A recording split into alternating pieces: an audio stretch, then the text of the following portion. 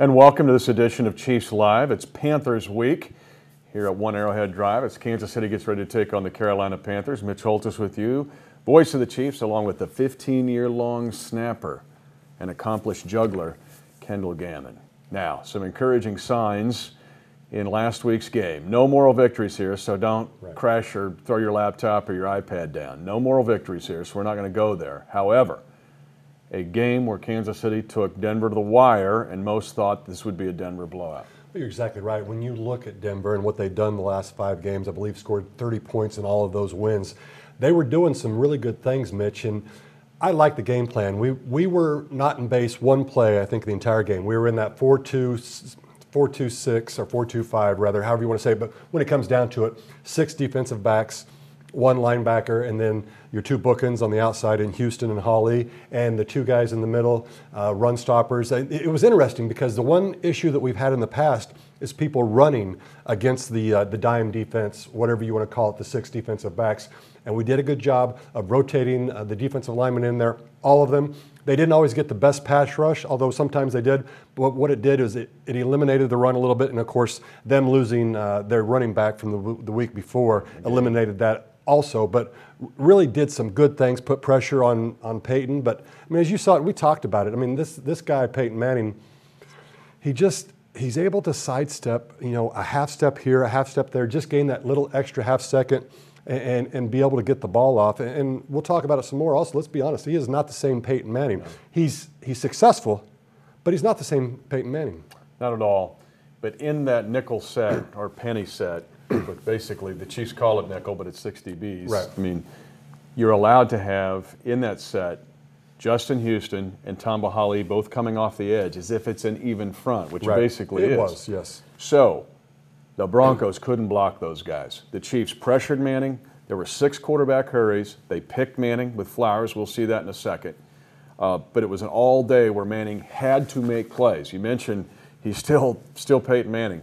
The Chiefs forced him to make a couple of infinitesimal plays, like 2 frames on the video. Right. Because the pressure was there all day. Well, you're exactly right. And some of the things that I saw also was you saw a ball that consistently floated a little bit from him. You saw balls that they weren't end over end, but they certainly were not tight spirals.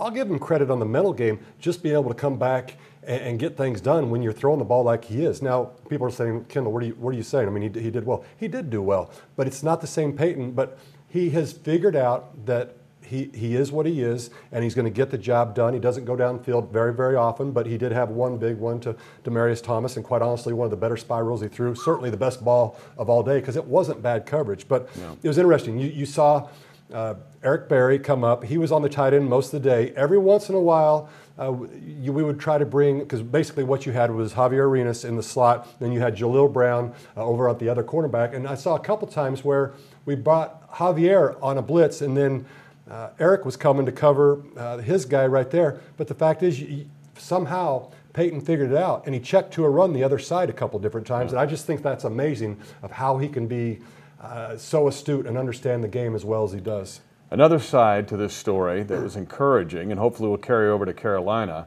was the attitude shown by the offensive line. Now, let's be honest. 6 possessions past the 50 and only 9 points. That's not going to work. No. You got to start scoring some touchdowns to beat Carolina. But as we go to the video, particularly early, Kansas City's offensive line, again, no Brandon Albert. Kansas City had 18 of the first 21 plays in this game, Kendall. They just lined up and hit Denver in the mouth. You have to give the offensive coordinator, Brian Daboll, credit because they out-schemed the Denver Broncos. They did a good job. They outmanned them. They were pulling people around, as you see. Osimo right there springing a block as well. But what I liked was they were getting into the down linemen of the Denver defense, and they were stretching them laterally, and they were giving Jamal or Dexter, as you see here, room to run, getting them to the line of scrimmage without being touched, and then all of a sudden they can make cuts. This play we'll put in the paper shredder file for now. Yes, we'll file that one. Yeah, we'll let that go for a second. Good thought. Thought there might be somebody that he could go to different than this, but this is a 30-yard throw, folks. The 53-yard width of the field, that's a more difficult throw than you would think. So the field goals are there, but the Chiefs are up 3-0. Now this is a 3rd straight week that they get a lead in a game after not having a lead in the first 8 of the year. It's really amazing. And as you see DJ, who again played very, very well, just making plays all over the field, not like he had the week before, because quite honestly, the top 4 tacklers for the Chiefs this week were defensive backs, which means you're getting the ball downfield and you're doing what Denver wants to do and what you don't want to have done to you if you're a Chiefs defensive back. But, you know, we had some good plays. We had some things go against us. That one could have went either way. I do think it was the right call that he didn't quite get it, but all the same, it's just... It's a game of inches, and you right here. I mean, just barely away from the outstretched arms of Jamar Newsom, or else you could have got in right there. It's just unfortunate because so many good things done right there. Very good, nice job right there by Brady Quinn, because that was a check down. He was looking down the middle, and that was his second read, and that was nice to see the QB get to his second read and understand. And that's what you saw a little bit later with Tony Moeaki as well. Here's a little controversy. The Chiefs decide at 4th and 2 at the 4, you could get a 2-possession lead. If you try to get a touchdown here, the Chiefs have not had a 2-possession lead all year. They decide to kick the field goal. Romeo Crennel has explained all that already, so we move on. But it's 6-0. The Chiefs are making it difficult here on Peyton Manning. Again, this shows you the off-edge rush of this 4-man front. But in the middle, we saw a push from Tyson Jackson. You're exactly, and he didn't get credit for 1 sack, but it was just by a yard that Manning got across it one play later in the game. But yeah, they consistently put pressure and made Peyton uncomfortable, which he's not used to being. He's a 106 passer rating with no pressure, and he was a 38 pass rating with pressure. Well, a missed tackle there by Doug Johnson. You haven't seen that very often. And this is a wobbler, but again, under pressure, Manning under duress all day long. And the Chiefs had some missed tackles on this drive. Really one of the few times in the entire afternoon that Kansas City missed some tackles. And then it gets the man coverage. They were able to get Jacob Tamme free a couple times, including the touchdown. And this was the only troublesome thing in the penny, was the man didn't come through when it needed to on this drive. Well, you're right. And, of course, they get in right before the half. I mean, when you were up 6-0, still going at half, feeling good about things, but that was such a big play. And the tight end position against the Chiefs this year has been rough all year. I mean, and the fact is, you know, the other team gets paid as well, and that's a guy that has some pretty good rapport with Peyton Manning, having been a teammate of him in the past. And yet the Chiefs, Jamaal Charles, we will talk about him a little bit later in the show. He is a ninja warrior. He goes over 100 yards again. Denver expected him to run. He still ran with some success. And this drive was interesting because, again, Kansas City carries over into the second half. The first half here and had an opportunity. They get the lead back at 9-7. They get foiled on a sack. Maybe one of the few mistakes that Brady Quinn made in the day, because they were driving here to maybe try to get a touchdown, but the sack dooms the drive. Well, you're right. It would have been such a confidence builder to come away with 7 instead of 3. And at this point in time, you've got to convert those when you're 0 for 2 in the red zone, or rather 0 for 4. I forget what it is now, but you've got to convert when you get down there. And like you said, getting across the 50 so many times and really starting with good field position the entire day and not being able to convert like they did. Denver's got an issue the next couple of weeks, what to do at running back without Willis McGahee. They're trying to get Noshawn Moreno to regain his form, which he peeled off some decent runs in this game, but he doesn't have the power of McGahee. And then they got Hillman, the rookie. So it's curious to follow Denver here in what they will do in the run game. But Peyton Manning able to make enough plays. And again, Jacob Tamme, the guy that he brought with him from Indianapolis, was big at key times in the game. And the tight end, we've seen Carolina use it last night. The Chiefs have got to get the tight end covered as well. But this is the throw you're alluding to. This was put on the fingertips of Demaryius Thomas. You can't throw it any better than this one. No, you're right. As you look at number 18 there, that's why he's going to the Hall of Fame someday, because of passes like that. And as you see the final numbers, 368 yards to 264.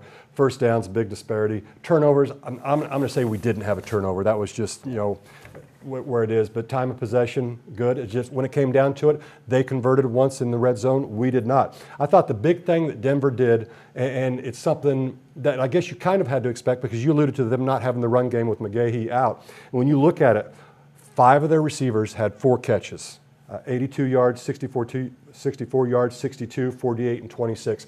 He spread the ball all around the field. He made you defend the entire field. And you talk about chunks, plays of 20-plus yards, but I'm going to go down a little bit. They had 9 plays of 15 yards or more. Those are chunks as well, and that made a difference in the game.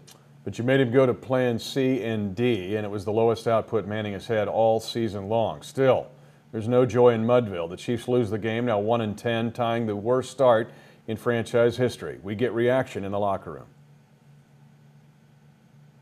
We feel good about, the way we fought. But at the same time, we want the victory. We're tired of the more victories. Well, we closer. And I know we keep saying that, but, this is a tough business. It's not an excuse, but, I think progress is being made, but we got to get a win. We got to keep pressing forward. Well, I think we did good. We had some great stops out there, but we didn't do good enough. So it was a couple of big plays they made. We should have stopped. There was a couple of times we should have got the field in 3rd and long. We put ourselves in bad situations.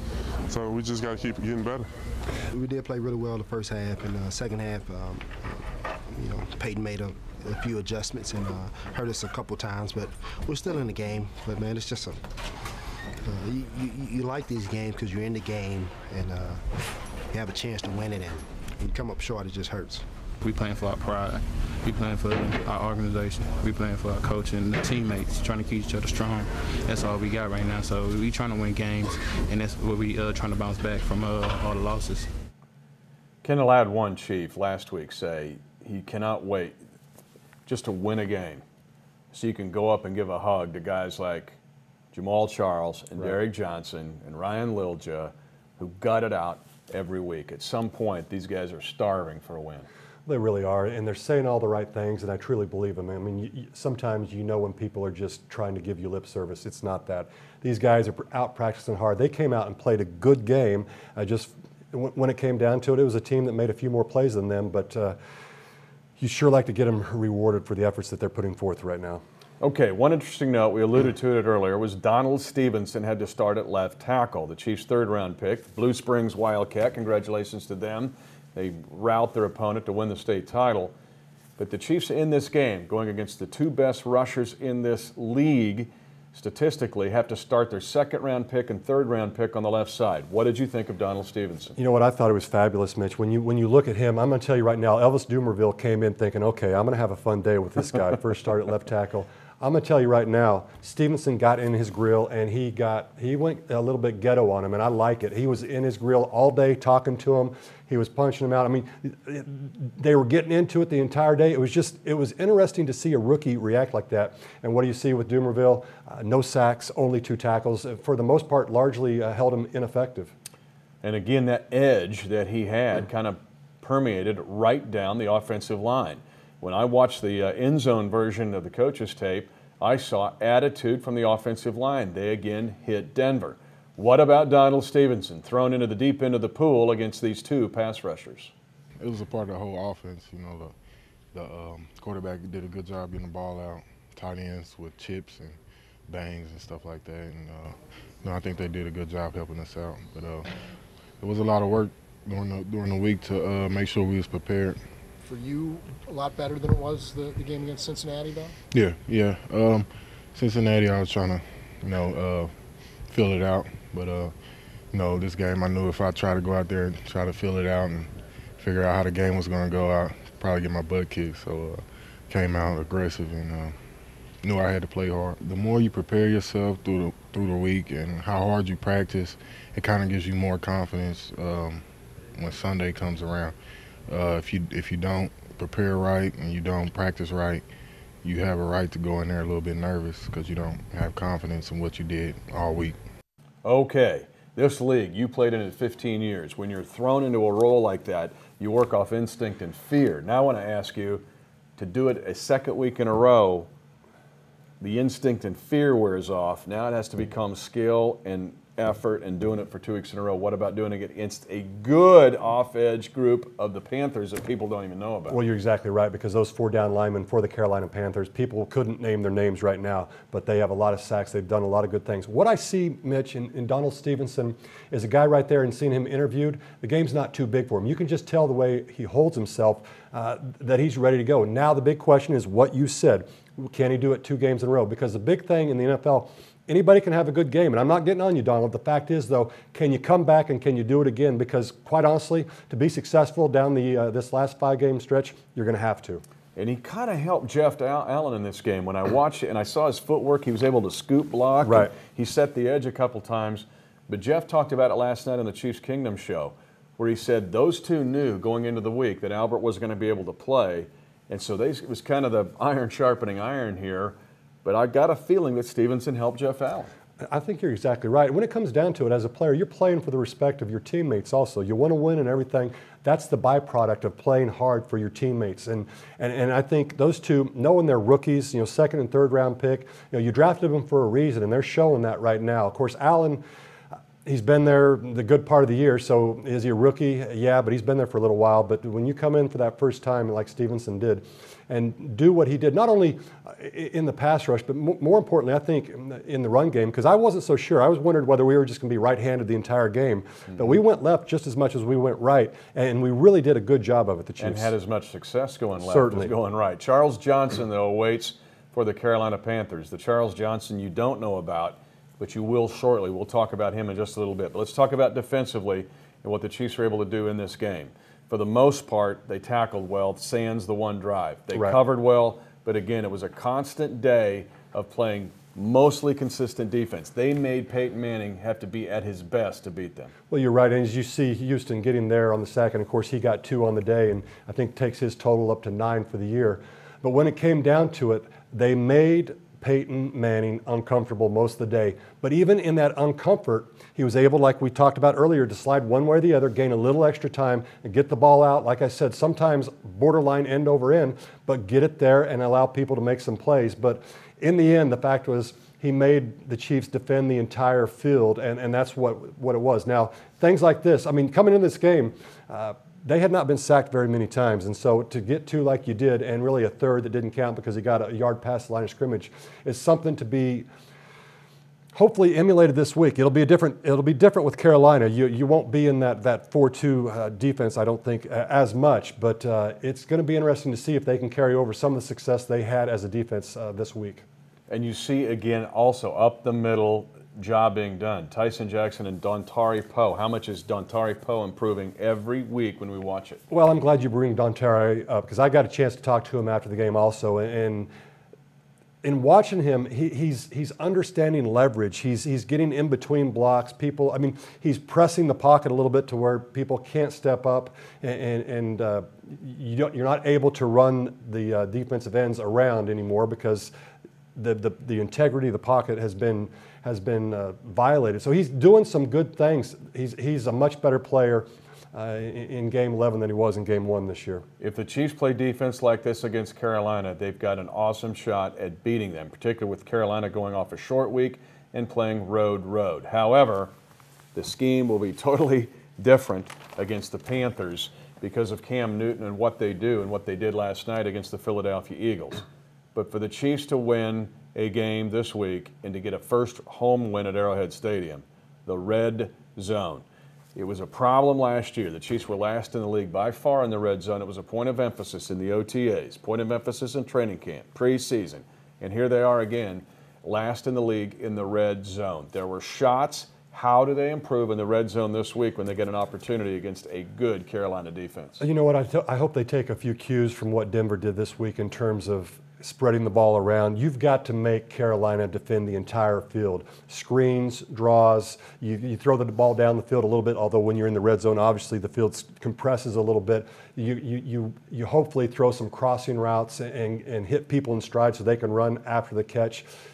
In general, you make them defend the whole field. If you only hit different spots that you're comfortable with, they can key on that as a defense, and thus you're not successful. I want to ask you about the red zone because you made defending the whole field. The whole field, it almost becomes a little bit of a vertical game instead of horizontally. Man, the good red zone teams that I see, of course, you got great quarterback play, but they're also able to pressure you on all 53 yards width of the field, so you can't key on certain spots. You're exactly right. And one good thing that I saw this week, because the 2 passes to Moeaki this week, one was the second read, the other one was a hot route. And this wasn't Owen Wilson and Vince Vaughn Red Moondog 7. And this was an actual hot route where they were bringing a safety up, and another safety was going to come down and cover him as he went out to the flat.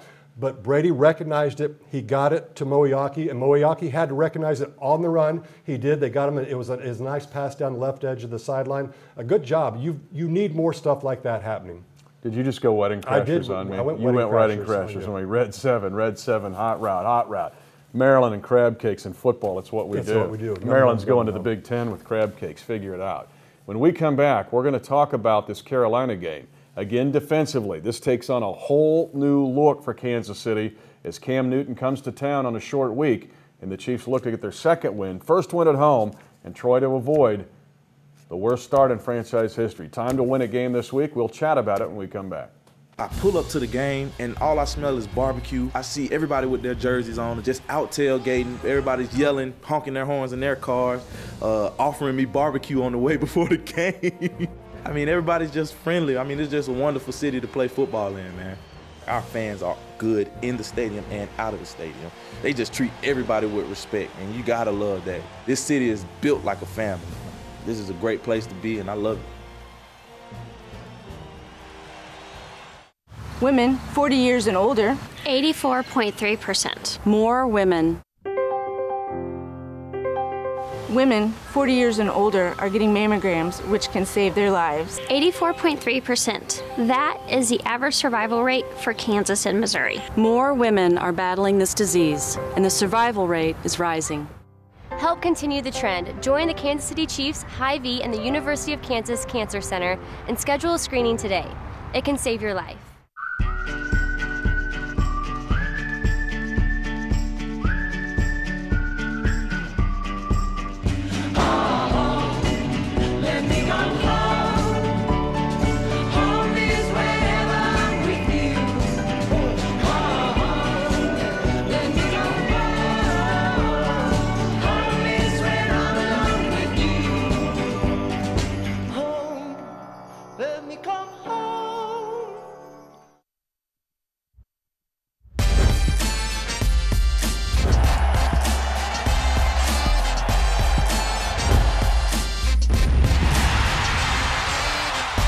Across the 40, Charles is gonna go! See you later!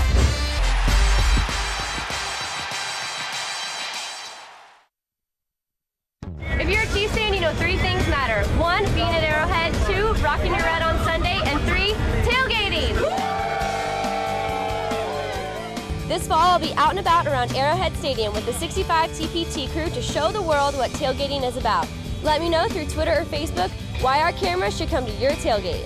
If you're chosen, your tailgate will be featured on KCChiefs.com so the world can party with you. But remember, you have to make room for one more on the menu. Chiefs tailgating, baby!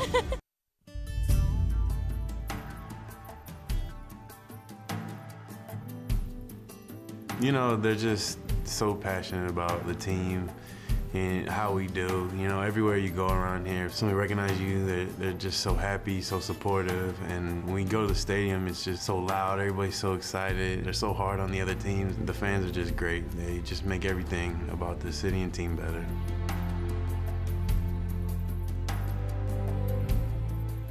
Well, welcome back. It was Toys for Tots Week. I want to bring that up because we didn't bring that up yet in the show. And this is one of these special weeks. The Chiefs were kind of the first in the league to do this, but there will be Marine Corps active duty guys and gals around the stadium to take your donations for unwrapped toys, children 13 and under, or you can make a monetary donation.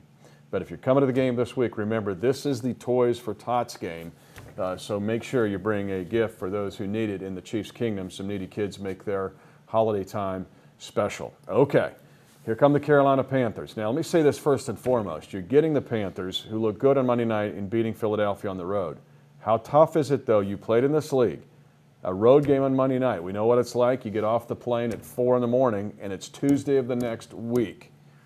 Now you got to go on the road again. They're going to be coming here Saturday. That's a tough thing to do. No, it really is. And you got home early Tuesday morning. You let them have the day off. They come back in Wednesday. They have a walkthrough. They're not going to be in pads. It's basically a learning day. They might get a little more going on Thursday, but eventually then you're into your Friday and you're getting your legs back under them. So it is to the Chiefs' advantage as far as their schedule, that is Carolina, and how they're approaching this game coming across the country to us. So it will be interesting to see. But that being said, Carolina's got some weapons now. You know, you talked about the military, and it was Military Appreciation Week a couple weeks ago.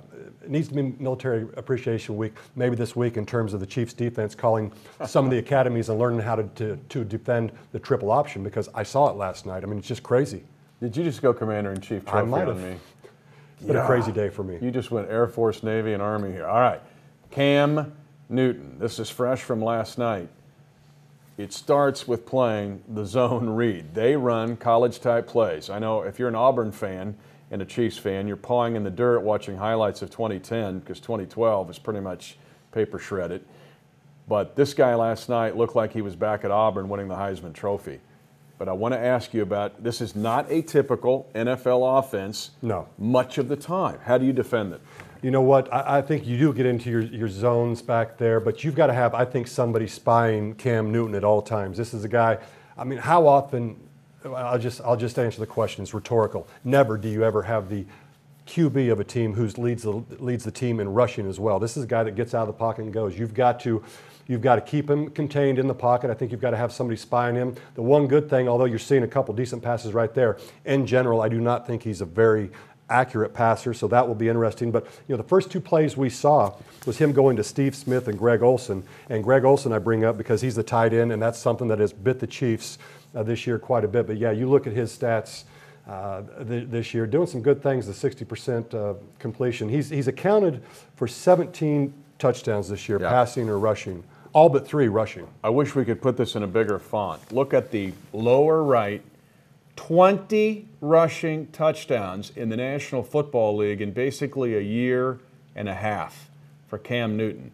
20 rushing touchdowns. He looks like, when he takes off and runs with it, which he did last night against Philadelphia, first of all, you got the zone read that you got to respect. So if you're spying him, let's say you have a Derrick Johnson spying him, he's got to play Cam Newton on that.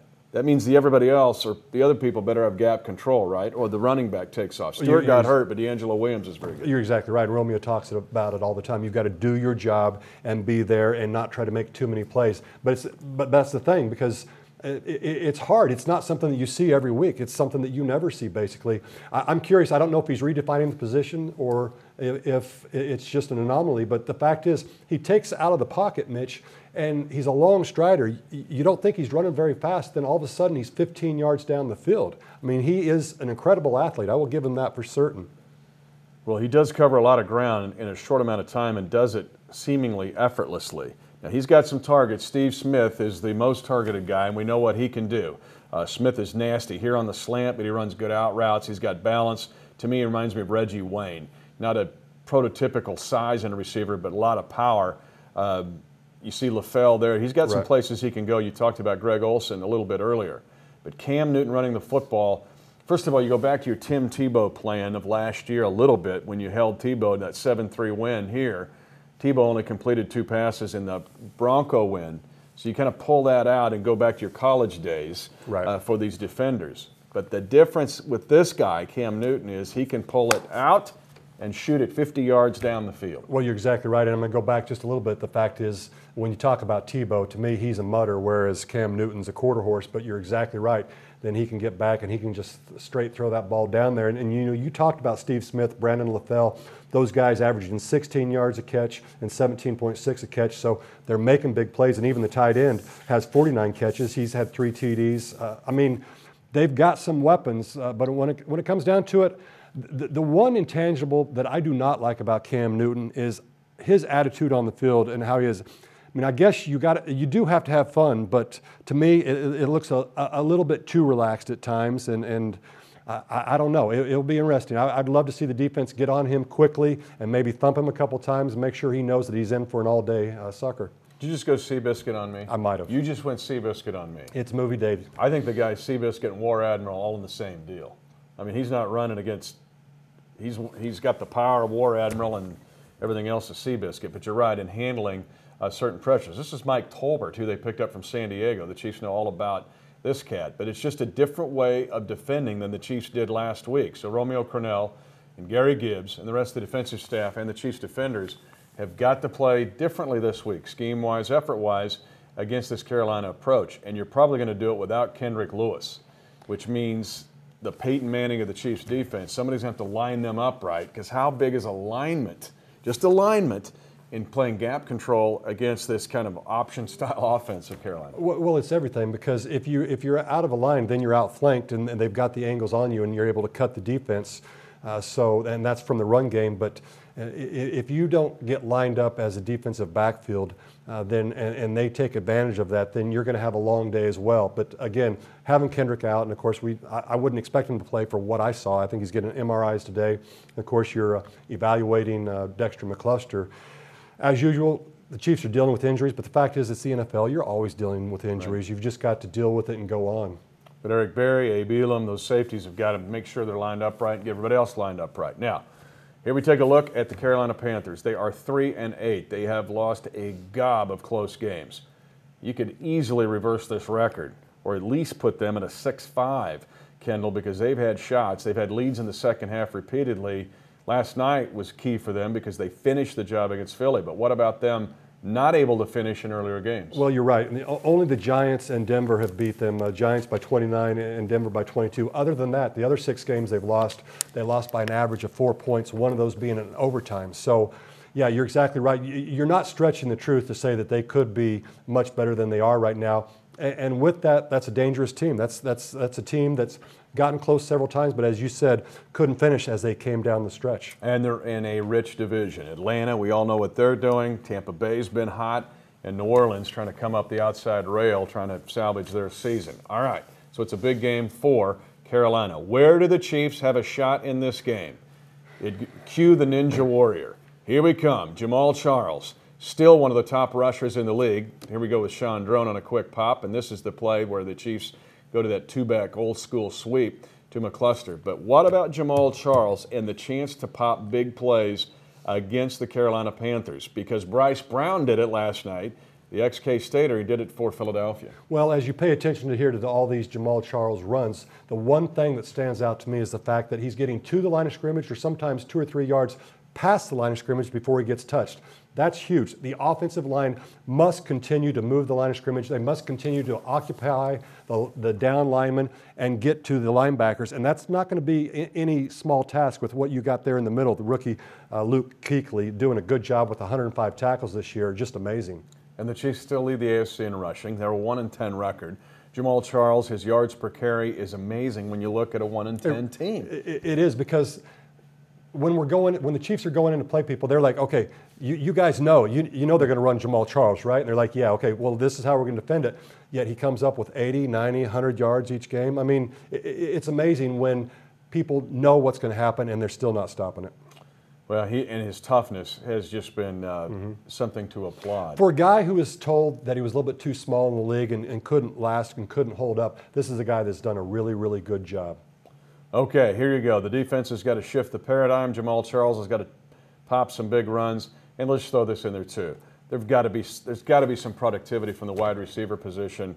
Just some. Right. Because Carolina is susceptible there on the deep end a little bit. And then you hope that Tony Moeaki, if he can pop some chunk plays like he has done 3 weeks in a row now, go down the line, Pittsburgh, Cincinnati, and in the last week's game against Denver. If they can get Moeaki to pop some chunk plays in the passing game and then let the Ninja do his thing.